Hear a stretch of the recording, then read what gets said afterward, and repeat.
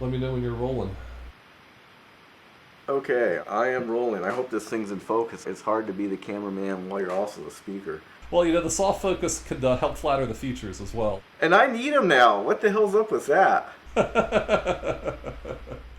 All right. Well, I'm talking with my good friend Camron Settlemier today. Cameron and I met back in 2002 when he'd already been shooting video for several years at that point. He's continued on that track for quite a while, and I'm excited to sit down and virtually at least have a conversation about his really incredible video work in the Pacific Northwest. Thanks, Scott. Um, well, Cameron, let's get started. Why don't you tell me about your interest in trains and why you took up videography as opposed to still photography? So, I can't nail down any one particular event as to why I got interested in trains. I mean, why does anybody get interested in any particular hobby is sometimes a little bit of an enigma. I didn't get interested in railfanning as a hobby itself until I met a couple of my college buddies that were just out in some spare time chasing some of the local trains around Wall Wall. And they invited me to join. I'm like, well, why not? It'll be a good excuse just to get off campus. And I got kind of hooked on it. And as far as photography versus videography, well, I've done both, but my main focus has been on videography. And a lot of that has to do with the fact that trains move and they make noise, and videography is better suited for capturing all of that.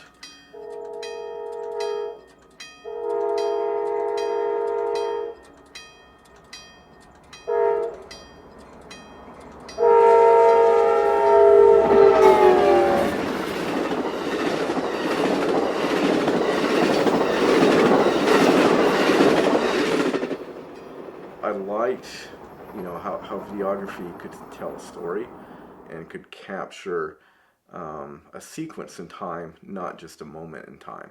So that leads me to ask, and this is something I noticed when we were doing, shooting out together. I noticed that when you were setting up a video shot, you were often thinking differently in terms of composition versus what I would normally lean to for a still photograph.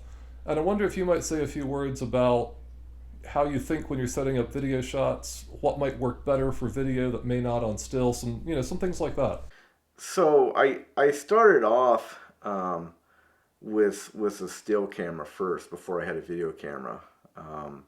And so I learned the very basics of composition with a still camera. And just about everything that applies to a still camera applies to a video camera as well, as far as composition goes. Video is a little bit more complex in that instead of just capturing a moment where a train is at a particular spot in the scene, you have to be concerned about how a train moves through the screen. So when you're doing video, you kind of think of it as shooting a stage scene, and you have to think about how the performers are entering and exiting a stage. And that's certainly true for a train scene as well. You want the flow of the entire scene to work, not just a particular moment in time. And secondary to that, I quickly learned that I was doing enough on any particular line that it wasn't just doing a video shot and then I was done and that was it. It was looking at telling the entire story. When you shoot video, you're telling a story. If you're focusing on a particular line, are you telling a complete story? Is this shot going to add to it? Is this shot any different than a shot you just did earlier in the morning or the last week or even the last year? So I know you spent a lot of time focusing pretty extensively on some of the branch lines and short line railroads in the Pacific Northwest. What would you say is special about the character of those lines, and how have you tried to capture that in some of your videos? One of the things I really like about branch lines or short lines is they haven't changed as much over time, and they're often follow the form of the landscape a lot more than a main line does. More likely to use bridges, more likely to use sharper curves, that kind of stuff. And so it creates a more intimate connection to the landscape that way. The other thing that the branch lines and the short lines have is a connection to the industry. So if you're on a main line, let's say, it's just going from a mega port on the west coast, and it's just going straight line back east to some mega distribution center. Whereas when you're on a branch line, you have a more local connection because it's serving a local industry, more vernacular, more connected to the region. In the Pacific Northwest, that often means a lot of lumber mills, paper mills, wood products, that kind of stuff. And so a lot of the branch lines, short lines, relate to that. Another one is Granger lines, going out to remote elevators. And so you get this really interesting combination of local industries combined with rugged landscape. And a lot of what I do is really interested in capturing kind of the historic landscape of it all. And a lot of the branch lines I followed had a lot of that integrity to historic landscape, which really captured my interest in trying to get that image across. So I know in the time you've been doing this, the character of railroading in the Pacific Northwest has changed tremendously. Could you say a little bit about that and how that's kind of motivated some of your pursuits? Yeah, I realized fairly early on. I got into this in college in the late '90s, and I realized at the time that a lot of these branch lines and short lines were kind of precarious. That the industry was changing. It was being more centralized. Larger mills along main lines are being built. Smaller lines are being phased out. Super elevators along main lines are being built. The small little Granger lines are being shut down. You could see this trend happening. And so I really realized that a lot of these lines were not going to be around for that much longer. And in fact, as a general rule, the more interesting the line was, the higher the maintenance cost, the higher the operations cost because of higher grades, more bridges, that kind of stuff. And so there was a beautiful fragility to a lot of these lines that intrigued me, but it also showed that they weren't going to be around that much longer. And in fact, all of my favorite lines that I've done are no longer around. Which of these lines have meant the most to you? I mean, you mentioned some favorites. Well, what are those, and why have they struck such a chord with you in your video work? So I mentioned the Granger lines, and the Central Montana Rail has probably been my favorite Granger line. They actually have some rugged running down into a canyon, which of course is now out of service, but just very rural Central Montana, beautiful elevator rails out there, and the fact that they have all first generation power added to that. So that's been one of my favorite lines. Another one is Simpson Lumber in the late 90s. Still running the last woods line in the United States, where they were going out to a wood reload point, kind of just out in the middle of nowhere to load up their log trains. And that one didn't last very long either. Shut down in 2000. September of 2000 was the last run. A favorite local line for mine was the Bailey branch, often known as the Lower West Side. And it went down from Corvallis south of town and then up into the Coast Range, kind of at the edge of the Coast Range, serving a sawmill at the time that was actually still steam powered. It's a National Historic Landmark. The line is now removed, but the mill actually still operates as though it's now based on electricity most of the time.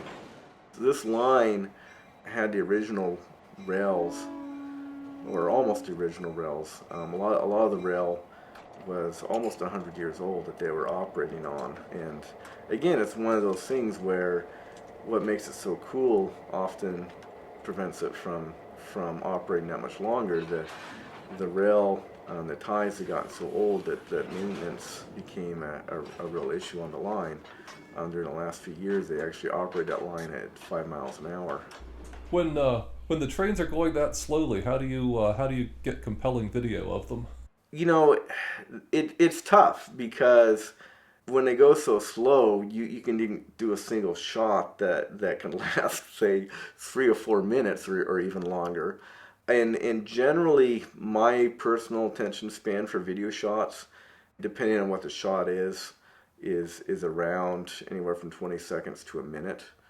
And so a line like this is hard to do because of the speed of the train. It's open, so you can't do tight-in shots as easily. There are groves of trees where I did tighter shots, which gives it a smaller stage to work on, so that with a smaller stage it goes on and off the stage quicker. However, a lot of times is out in fairly open farmland in the Willamette Valley. The majority of the line is actually farmland, and they also hauled agricultural products. In fact, I even got the Greenberry elevator in operation, which is the smallest elevator I've ever seen operate. And in that case, generally what you do is you time your pan shots so you're only panning a little bit, like you could pan for several minutes, but that would get old. Your hands would probably get tired too. Yeah, exactly. It's very hard to do pans that slow, actually. It really stresses the limits of even prosumer or professional tripods to try to pan that slow.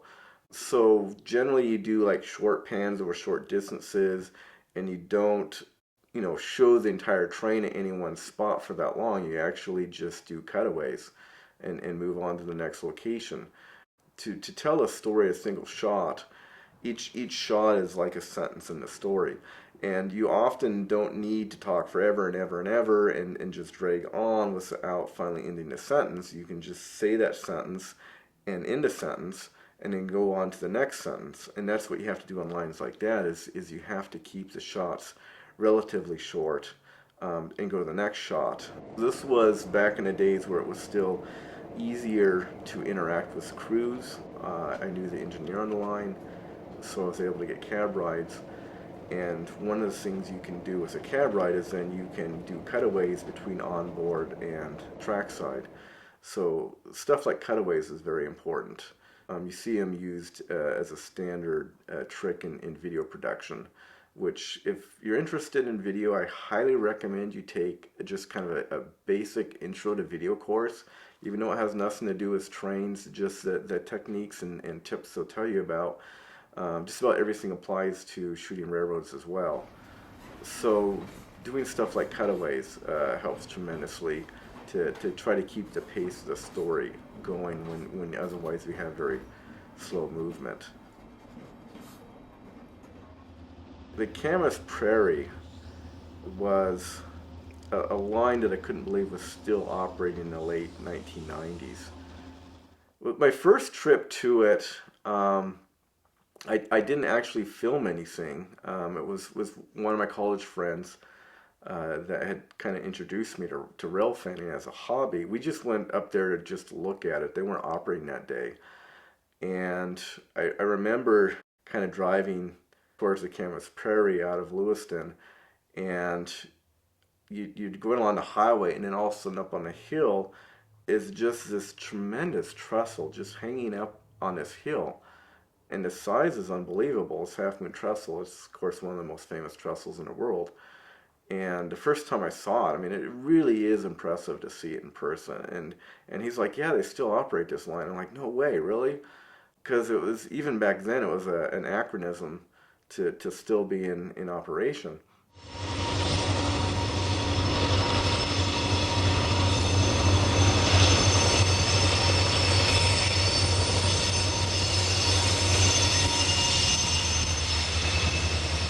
It was just really cool to see, trains actually climbing up what's known as Lafayette Canyon. Lafayette Canyon's a spectacular spot where they go up the canyon, they make a horseshoe curve over the road and into a tunnel, and then climb up the canyon wall again, and they go over trestle, over trestle, over trestle, over trestle, including Half Moon, which is just a spectacular trestle, just clinging on the hillside, and a whole bunch of tunnels as well to gain, I don't remember the exact number, but they have to gain about 2,500 feet to go from the valley floor, basically from the Snake River, up onto the Camas Prairie itself. And then on top of that, as if that wasn't enough, you have all these Granger communities up there with elevator roads, places like Cottonwood and, of course, the namesake Grangeville. So it was just a phenomenal piece of railroading. And it was this piece more than ever that really struck me as to the need to preserve this kind of stuff on video. You know, when I got into video, it was really mostly for my own personal amusement. I wanted to preserve some of the last of the Southern Pacific and Oregon in the summer of '96 on video. But it was the Camas Prairie. When I was doing this, there was one other hobbyist that had a little high-8 camera. But outside of that, there was no one else that was actually really preserving this on video. And I saw that was kind of a shame, because this was a simply spectacular piece of historic railroad landscape that needed to be preserved, because it wasn't going to be around for that much longer. So it was at that point that I got really serious and decided to up my game, and instead of going with a little high-8 camera, I got 2 digital video cameras, which digital video was still very new in the late 90s, and decided to do a 5-year vow of chastity to dedicate myself to preserving the railroads of the Pacific Northwest, the railroad landscapes onto video, because I knew a lot of this stuff wasn't going to be around much longer. And it wasn't around much longer. It was gone within 2 years. The other Idaho railroad was a little bit further up north in the Panhandle, was the St. Mary's River Railroad. And this was a very interesting line for a couple reasons. First, this was all formerly Milwaukee Railroad, and the Milwaukee Railroad disappeared before I ever had a chance to see it. But this was as close as I could get in that this particular railroad still had ex-Milwaukee equipment, from the locomotives to the friction-bearing log cars to the crew. All the crews were ex-Milwaukee railroaders, and it was taken over by Potlatch and run as a short line to move product from the mills in St. Mary's, Idaho market. But then they also had a log line that went down from St. Mary's to Clarkia, and it followed the namesake St. Mary's River, which was just a beautiful river. It had a lot of basalt rock cliffs, forest land. The river itself was just gorgeous. And then on top of that, you've got all this ex-Milwaukee equipment and hauling logs, log trains, on ex-Milwaukee log bunks. So you had that perfect combination of the vernacular economic market and also just the beautiful landscapes it went through, which combined with a friendly crew just made this place a paradise to go to. Unfortunately, the last log train to Clarkia was in September of 2009. And then my favorite line was the Port McBay. It ran from the Willamette Valley of Oregon over the Coast Range to the coast, to Tillamook, Oregon. When this line was built, it wasn't built so much to be a good line. It was built to hog as much real estate along the coast as possible. The reason being that this is a Southern Pacific line, a Harriman line, and they didn't want the hill interests that had built a line to Astoria to go down the coast. So it was about really cutting someone off the pass, or in this case, cutting someone off the coast. And so they built this line through a very rugged section of the Coast Range. It had, of all the branch lines in Oregon that went to the coast, this had the highest summit at 1,800 feet. And it made for steep grades because you had to go from the valley floor on the east side, which is almost at sea level, and then you end up at sea level on the west side by Tillamook. So you had pretty steep grades on both sides. The other thing, they were about 3% on each side, weren't they? That is correct. Yeah, there was 3%, especially going from the coast side up to the summit. was especially arduous. And that was the direction most of the loaded traffic was moving too, wasn't it? Yeah, so the loaded traffic was going up the steep grades, which made for interesting operations. So you had the Salmonberry Canyon, which was this very deep, remote canyon, surprisingly deep for the Coast Range. So the general, the Coast Range isn't the most rugged compared to, like, say, the Cascades, the Rockies.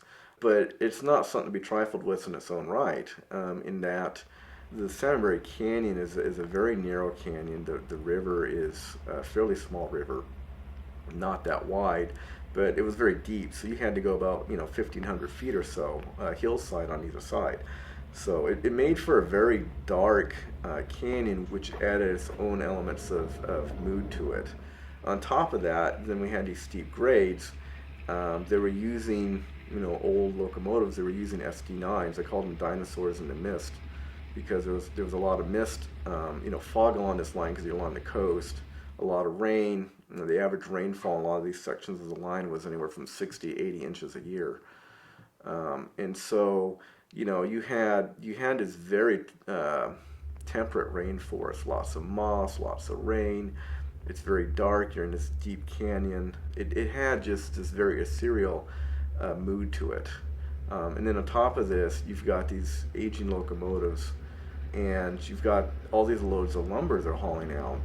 And the scenery in this particular canyon, again, it was no other place on earth quite like it, just because it was so enclosed in. The trees were growing, crowning over the top of the tracks, and you're right there beside the river. And it's the same as all the other short lines. What made it beautiful is also what made it vulnerable. But then it was actually a flood event in 2007 that took the line out, and they never rebuilt it. And the rails are, for the most part, still intact at the moment, just kind of abandoned in place. And it's very surreal if you ever go down in there, just to see how nature is kind of reclaiming the land. Tell me a little bit about the experience of just photographing and even just being in that Salmonberry Canyon. So when I would go down there, especially when it was an uphill run, generally their operations, they would go through kind of the heart of the canyon right at daybreak. I'd go down there with my four-wheel drive pickup truck, and usually I would camp there for the night, and then you'd get up at daybreak just as the light was first hitting. You'd get just this incredible sense of mood, because especially, like, say, in the fall, you get the leaves coming down. It was very moist, it's damp, it's fairly dark down there, just because you're so deep in that canyon. It's a very kind of a primitive feeling down there, to be connected to nature, because, like, it's very lush. There's so much moisture. It's a temperate rainforest. There's just moss and trees and sword ferns. Video is great for capturing scenes, but it can never replace just being in a spot like that, feeling the dampness on your skin, and smelling the moss, and just to be in a place like that, to me, was really one of the most enjoyable things I did.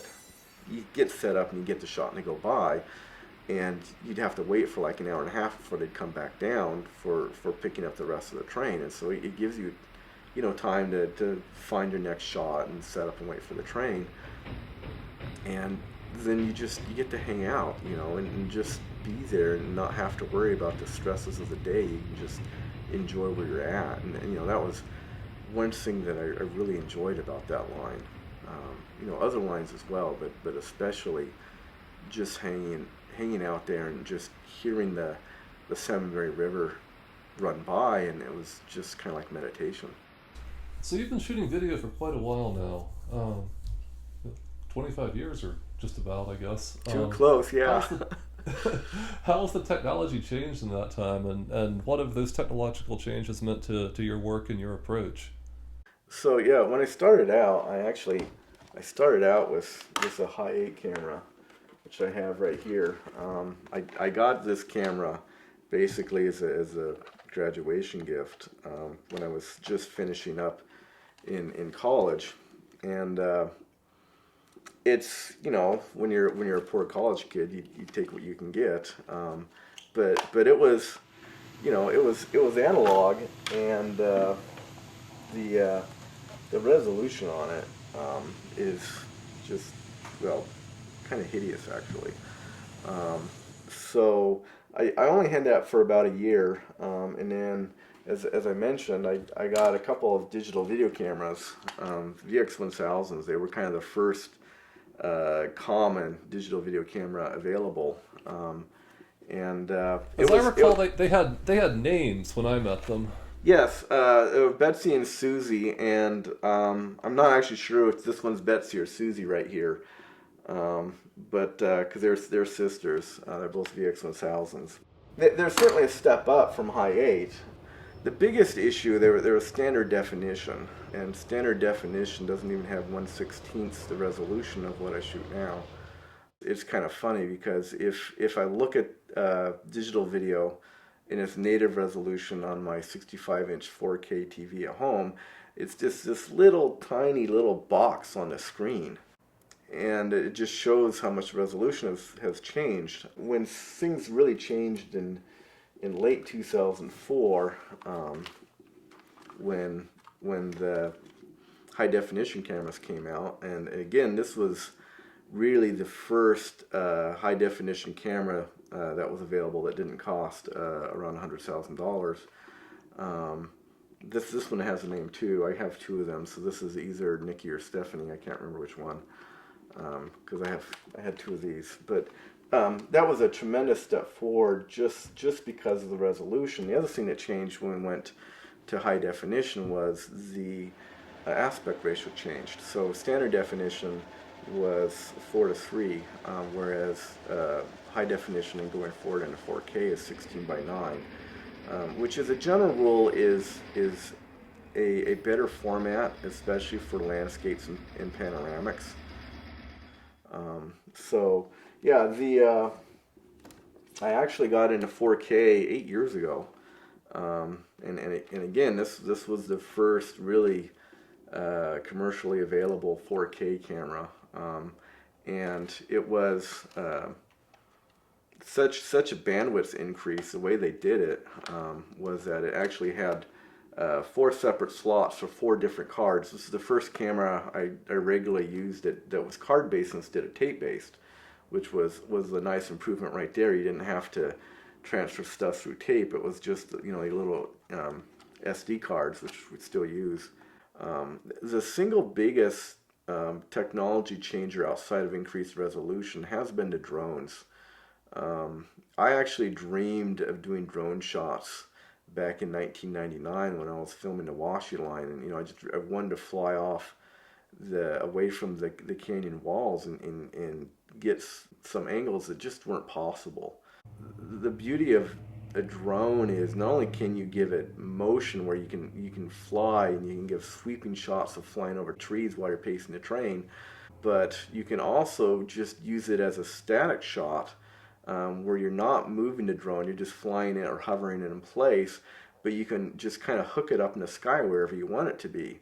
It's sort of like having a pole that can go up 400 feet in the air, where you're just hanging your camera up and giving this angle where you can show the relationship of the train going through the landscape and showing an angle of the landscape that's simply not possible with any other technology. Believe it or not, I actually hired an aircraft to follow the Port of McBay Railroad along the coast back in the digital video days, and it was a good pilot, but it was very limiting in that it didn't have the gyro stabilization that you have now. The other thing that's cool about a drone is while you can't fly it in any weather, like if it's downpouring rain, it doesn't work very well. It actually does really good like in the edge of fog or the edge of clouds. So fog often tends to lift up away from the ground a little bit, so even if it's foggy and moving around, it doesn't often swirl like right where you're at, like if you're up on a hillside. But if you're in a drone, you can take your drone up to the edge of clouds. You can take a drone and right to the edge of fog, And because you're in it and it swirls around you, it gives you a very unique atmosphere that you can't do any other way, that I've never been able to do until drones came out. And so drones have been a little bit of a game changer. I was, quite frankly, kind of stuck in a rut. Shooting video hadn't changed that much, got better resolution, but the fundamentals hadn't changed, and kind of had hit my creative limit. And then drones came along, and there was this whole new aspect. Not only do you have to learn the technicalities of flight, which is not that hard because the computers do a lot of it for you, but you still got to learn the basics of it, in the motion. Making smooth motion with the drone is not always easy. But just the opportunities and the angles and the thought process it presented, again, was playing like the fog, were completely new concepts, and so it really kind of rekindled my interest in some of the stuff, just because it gave me a new avenue of creative flexibility. So I'm noticing a trend here that as the kind of the interest of the subject matter decreases over time, the ability to record it is sort of going on the opposite track and getting better and better. And that's been the paradox of my railfanning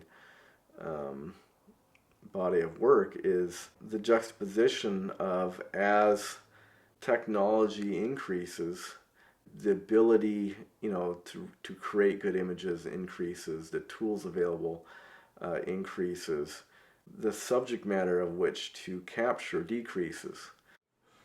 So as you've progressed through these various camera formats, do any shots from kind of each technological stage really stand out in your mind as some of your favorites from each different camera format?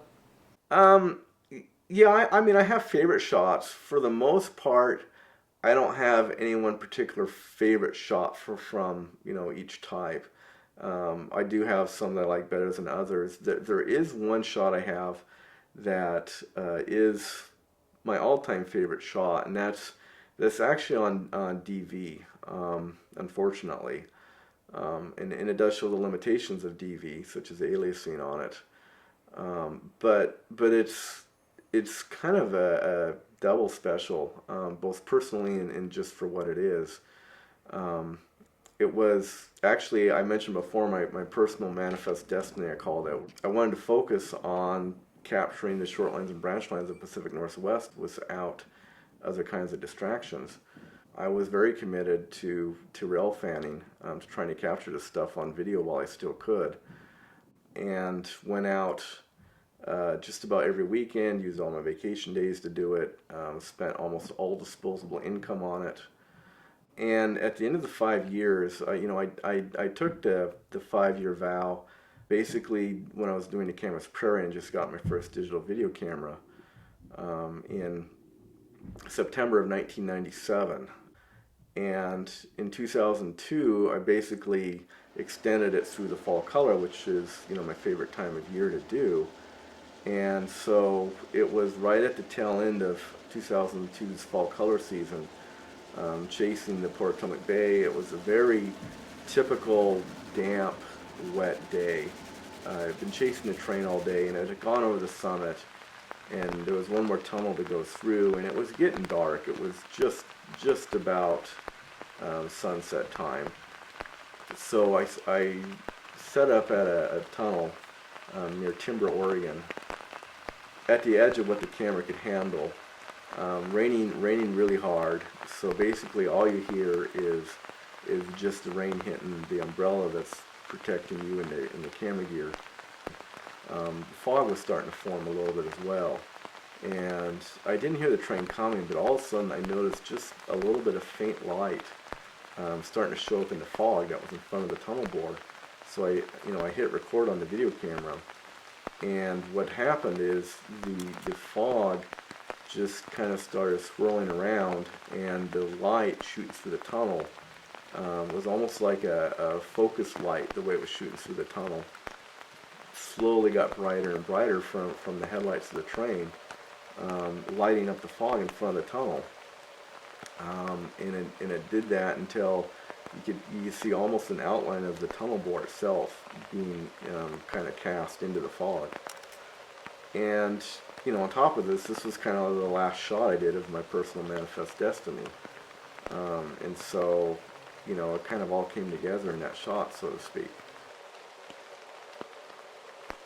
We may have already covered this one, but if you were to step away from the subject matter for a moment, is there one other shot that you would show to someone with no interest in trains that might help convey the beauty of railroading to just someone from the general public? I'd probably go with one of my drone snow shots. I can think of a recent chase I did of trains going to the Siskiyous, which is the original Southern Pacific Main Line between Oregon and California. Goes over the Siskiyou Mountain Range, and I went down into a pretty good snowstorm there this last winter, and was able to get some drone shots of them going through the fresh snow. It creates a Christmas card scene, and that's fairly easily relatable just to most people, in that you have this beautiful scene with all this fresh snow, and then you've got a train going through it, so it gives you, you know, motion to an otherwise static scene, but also gives you color and contrast. And that's one of those things I really like about railroad landscapes, is that the railroad landscapes often end up photogenic because they work with the land, they flow through the land instead of just trying to devour it.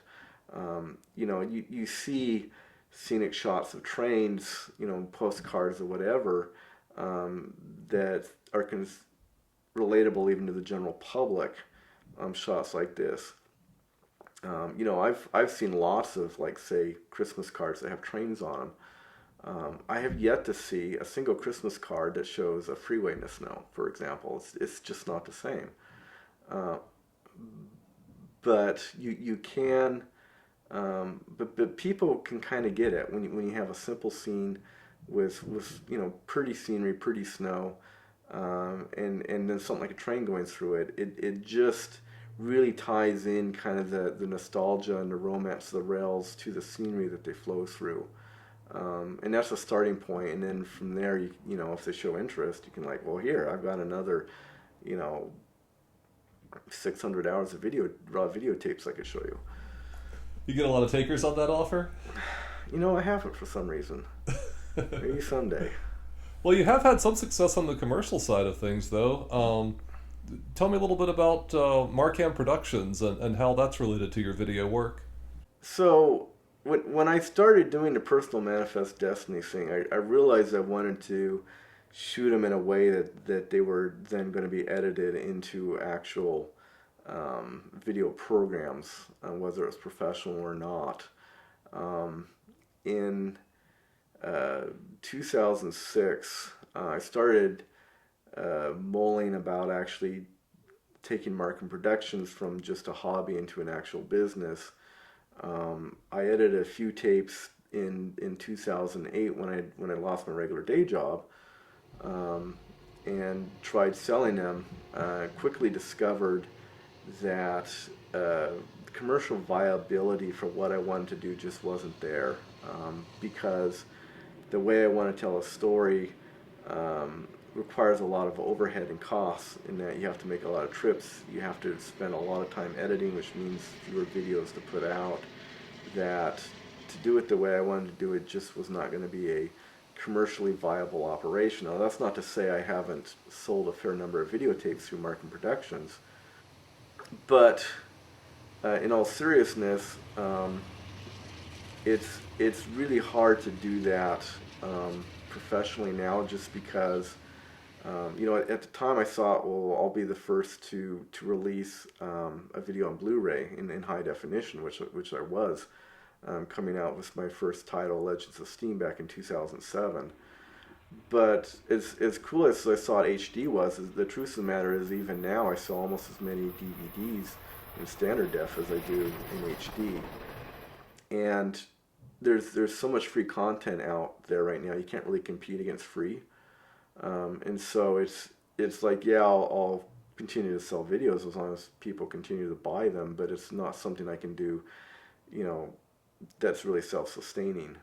The one thing that I have done that I like is that a lot of the museum organizations have been able to sell my videos to help fundraise which is kind of nice. So the 4449, for example, has been, my best-selling videos, and that's actually, helped support the Friends of 4449 and the Oregon Rail Heritage Foundation as well.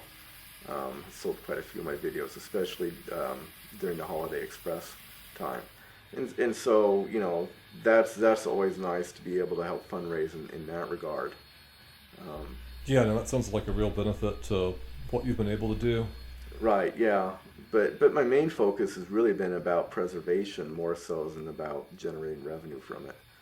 Well, so again, having done this for, I guess nearly a quarter of a century at this point, if you could turn the clock back to 1996 and start over all again, would you do anything differently?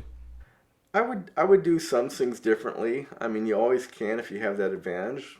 Of course, you don't, but if you did have that advantage, I would do a few things differently. As far as equipment, the one difference I would have done is quite frankly, instead of shooting digital video, I would have shot 16 or 35 millimeter film, because the DV just didn't have the resolution, and it just doesn't look that good. Yeah, I would have done a little bit more human interest on, like, say, the St. Mary's River Railroad, just because they're such a cool group of guys, and there was such an interesting story there, besides just the railroad landscape. Like, it was all there, the human interest, the railroad landscape, the equipment, the operations, the scenery, it had it all. But the other thing is, when I was looking at starting Marcam Productions up as, trying to sell videos and see if I could do it professionally or not, now knowing that that's not really a viable option, I really wish getting more stuff like of the Port McBay than I did on HD, just because it was such a better format, compared to doing some other lines like Tehachapi that are still around, and yeah, they've changed a little bit, but they're still operating compared to the Port McBay, which has trees growing between the ties on it now.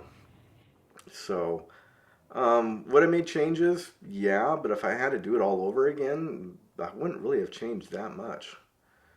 Any future plans? I know the world's changed a lot, but is there stuff you're still excited about to get out and shoot now?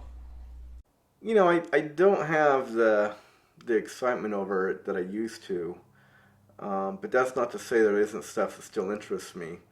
I still like chasing the Toledo Hauler, which runs between my hometown of Albany, Oregon, and the paper mill in Toledo, Oregon, which is also along the coast. And while it's not as rugged and spectacular as the Potomac Bay was, it's still a really interesting line. There's a lot of neat drone work you can do with it. The same goes for the Coos Bay line, which is a little bit further south of here. There's a lot of really nice bridges on that line, and that's a line I haven't done a lot of, and stuff I'd like to do more of. And I still like getting out in the snow as well. Still doing snow scenes, still always looking for what the snow elevation is going to be every winter, to see what I can do to take advantage of it there, because just the scenery in the snow is always fun to be out in. So I like getting out. I still like seeing trains, and while unfortunately a lot of the stuff that I really loved is no longer there, there's still trains to chase, and there's still pictures to be had, and there's still video to shoot. Well, thanks so much for taking some time to... I'll start that again when the dog's not shaking her collar. Take two. Hazards of working at home. Yes, delicate beauty, this is all new. Yeah. Well, thanks so much for taking some time to share your work with us. It's been an absolute pleasure. And again, this is Camron Settlemier, Marcam Productions. Check out his videos. He's done some incredible work, and I, for one, hope he releases a lot more stuff from some of these earlier days of shooting the short lines and branch lines of the Pacific Northwest. Cameron, thanks a lot. Thank you, Scott.